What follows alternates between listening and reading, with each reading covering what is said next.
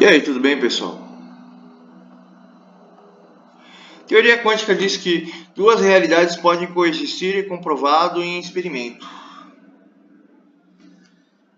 Padrões lógicos é uma coisa, o pensamento literal dessa palavra já é uma outra história.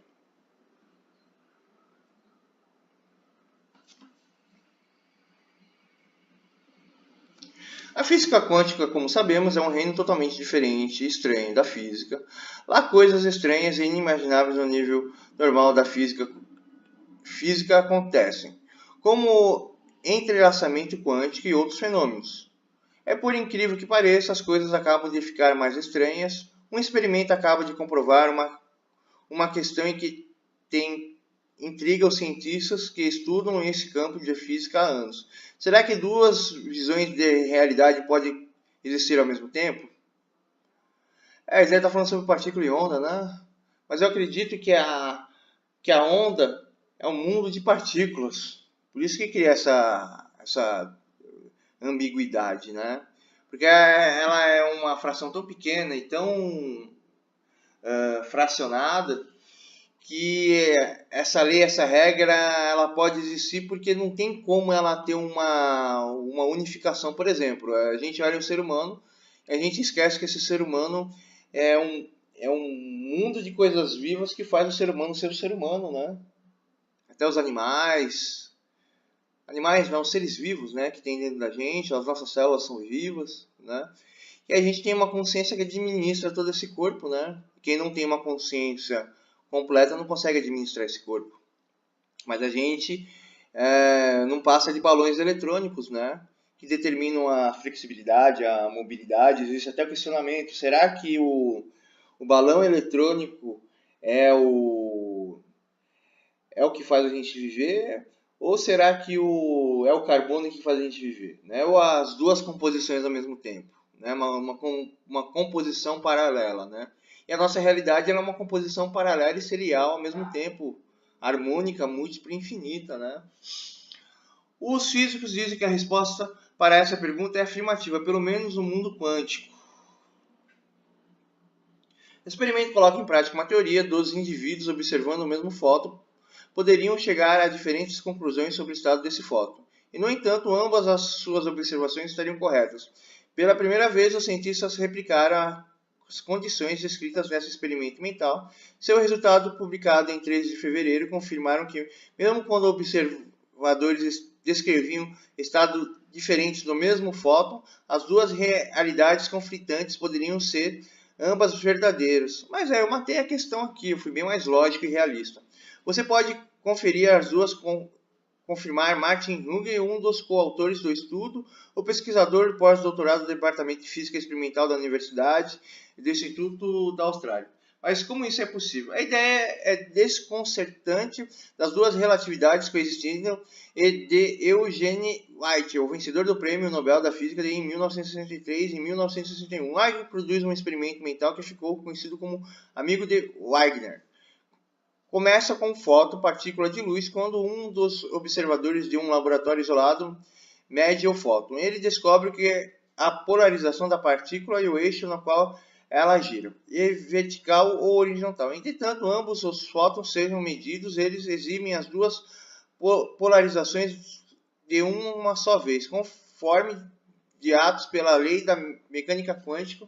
Ela existe em uma superposição de dois estados possíveis. Superposição fala que são antagônicos, né?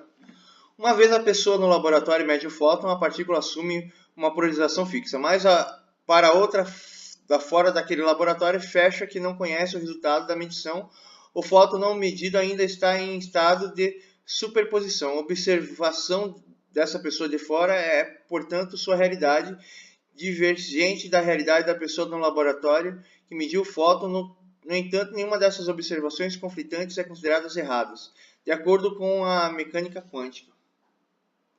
O cara enrolou aqui, mas ele está falando que um tem a observação mental e o outro tem a observação real. E essas observações são conflitantes, mas realmente acontecem ao mesmo tempo. Durante a década, esta proposta bizarra de Wagner foi apenas uma interessante experiência mental, mas nos últimos anos, avançando no importante da física, finalmente diminuem que especialistas colocassem a proposta de Wagner na prova, e os avanços teóricos foram necessários para a fórmula do problema. E seus colegas testaram a ideia original com um experimento ainda mais rigoroso que duplicou o cenário, e eles designaram 2 laboratórios onde a experiência acontecia, introduzindo 2 pares de fótons emaranhados, que significava que seus destinos estavam interligados, de modo que, ao saber do estado de um, automaticamente forma o estado do outro. Os fótons de configurações eram reais, quando as pessoas no cenário chamadas de Alice Bob, cada um não eram reais, mas representavam observadores do experimento. A semelhança inesperada entre a física quântica e clássica.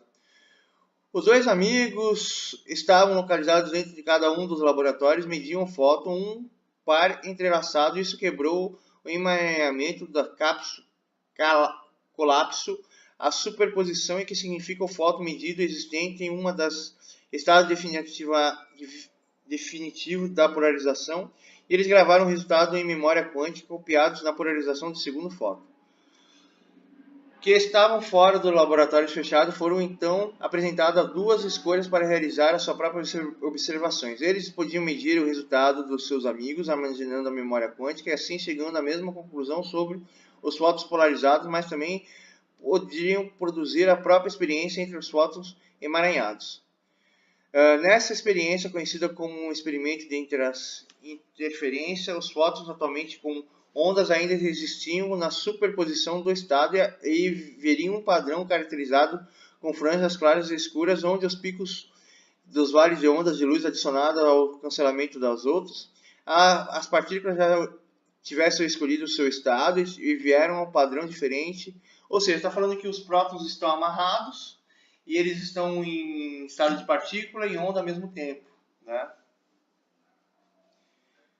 Mas os caras, eles colocam um linguajar tão técnico, e eles esquecem de colocar o valor nesse linguajar, que fica meio idiota essa leitura.